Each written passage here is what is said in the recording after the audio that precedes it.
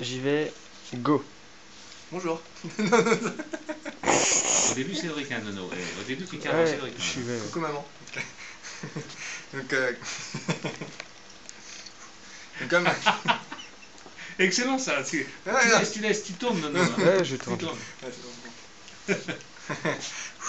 Donc bon, bah, comme il était question donc, ces derniers temps sur le forum de discuter de l'odométrie, pour faire suite au document qu'on a déposé il y a à peu près une semaine, pour pouvoir illustrer les propos, on va faire quelques petites démonstrations donc, avec notre robot de cette année.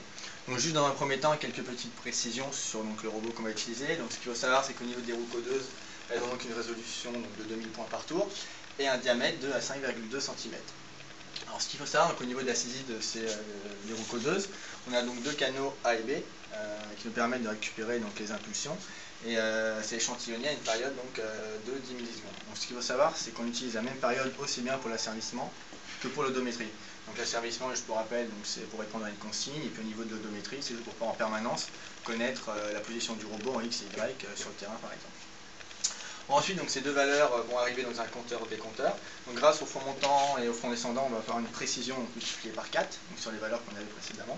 Et ensuite, donc, de manière logicielle, c'est multiplié par 8, c'est juste en fait pour avoir des valeurs un peu plus précises, puisqu'en fait on va travailler avec des entiers, c'est juste comme ça les valeurs sont plus grandes et c'est mieux côté logiciel. Donc, grâce à donc, ces deux valeurs, 4 et 8, ça nous permet donc, de connaître un tour de roue. Donc, un tour du robot cette année correspond à 64 000 impulsions. Et ensuite, on a donc différents coefficients, donc c'est des valeurs donc, qui sont calculées par des tests sur le robot et permettent de déterminer ces valeurs. On ne va pas revenir sur la façon dont on obtient ces valeurs, puisqu'on avait déjà parlé précédemment aussi bien sur le forum que sur le site internet. Donc si vous avez des précisions, il n'y a pas de souci, vous pouvez toujours poser des questions, on essaiera d'y répondre. Donc ce qu'il faut savoir, c'est que ces valeurs permettent juste de passer donc, du système métrique au système du robot qui lui est en pas et inversement. Donc, par exemple, au niveau donc, du coefficient de distance, 1 cm va correspondre à peu près donc, à 3892 impulsions. Et au niveau du coefficient de vitesse, ce qu'il faut savoir, c'est donc que 1 mètre seconde correspond finalement à 3892 impulsions divisé par la période d'échantillonnage. Ensuite, au niveau donc, de l'accélération, qui est la variation donc, de la vitesse en pas par rapport pendant une période d'échantillonnage, ce qu'il faut savoir, c'est que l'accélération du robot, par exemple en marche avant, donc, correspond à notre coefficient divisé par notre coefficient donc, de vitesse multiplié donc, par l'inverse de la période d'échantillonnage. Ce qui nous amène donc, à une valeur de 0,4 G. Oui, puis si jamais on était microbe, ça correspondrait, on va dire, à 0,4 grammes. Puisque je pense que c'est le moment, en fait, peut-être de boire une petite bière. Une petite dédicace à Fabrice. C'est bon? 0,4 grammes par litre. Hein. Par litre, bien entendu. Voilà, 4 grammes par litre. Bah oui. Par litre. Logique. Ah, mais là, c'était pas mal. Hein. Bon, donc après l'introduction brillante faite par Cédric, on va passer à toi, Nono. Et tu vas, qu'est-ce que tu vas nous montrer en fait? Donc on va réaliser deux séries d'essais pour illustrer les points évoqués dans le document. Le premier, la comparaison entre les approximations circulaires et linéaires. Ouais. Le deuxième point, les effets de la force centrifuge sur l'odométrie du robot. Alors, comment tu vas procéder pour nous montrer tout ça?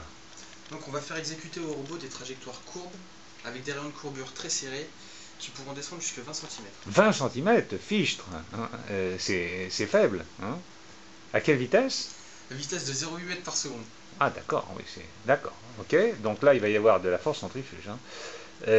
Donc le robot va se déplacer sur le terrain. Est-ce que tu peux me préciser le système de repères lié justement au terrain?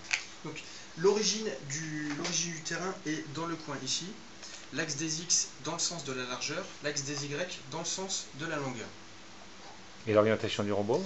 L'orientation du robot, donc l'orientation du robot, c'est l'angle mesuré entre l'axe longitudinal du robot par rapport à l'axe des Y. Donc dans ce cas-là, nous sommes à 0. Ouais, tu peux me donner quelques exemples de positions particulières? Donc, moins 90 degrés. D'accord. Plus 90 degrés. Plus ou moins 180 degrés. 0. D'accord. Bon, alors, rayon de courbure serré, vitesse de 0,8. Est-ce que tu peux en dire un peu plus sur la séquence de déplacement? Parce que je vois apparaître des points noirs sur le terrain. Est-ce que tu peux expliquer leur rôle? Donc on va positionner le robot dans une position initiale. Le robot va passer par des points Alors, position initiale, c'est-à-dire laquelle? Là où je vois le robot actuellement, non? Non, donc la position initiale, on va le placer à 50 cm, 50 cm en X alors. Donc 50 cm en X, ici, donc là, par rapport dans le sens de la largeur, et 4,3 cm ici par rapport à l'axe de l'essieu en Y. Orientation 0 puisque le robot est collé à la bordure. D'accord. Voilà. Donc, position initiale, le parcours, donc le robot va passer par des points intermédiaires, symbolisés par des petites gommettes, et va revenir dans une position finale, 50-50.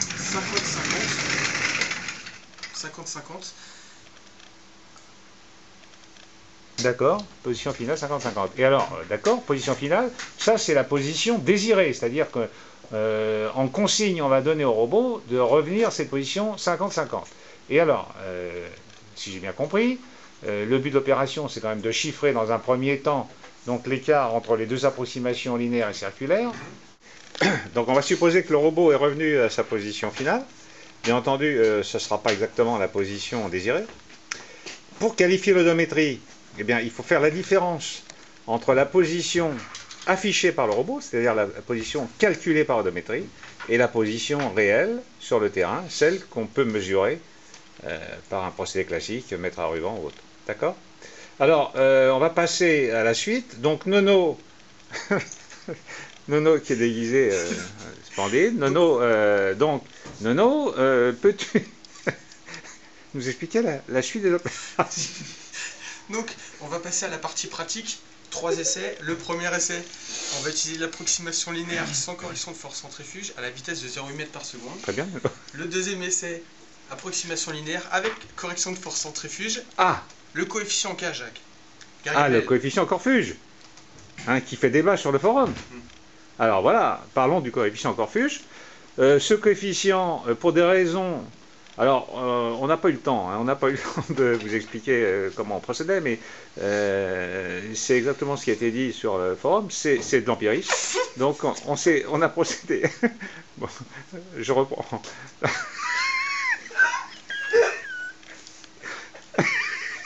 Le coefficient Corfuge est égal à 1,2. Il a été optimisé pour...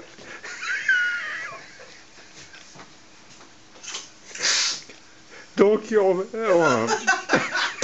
par une suite de manipulations qu'on vous expliquera ultérieurement, on va passer à la suite.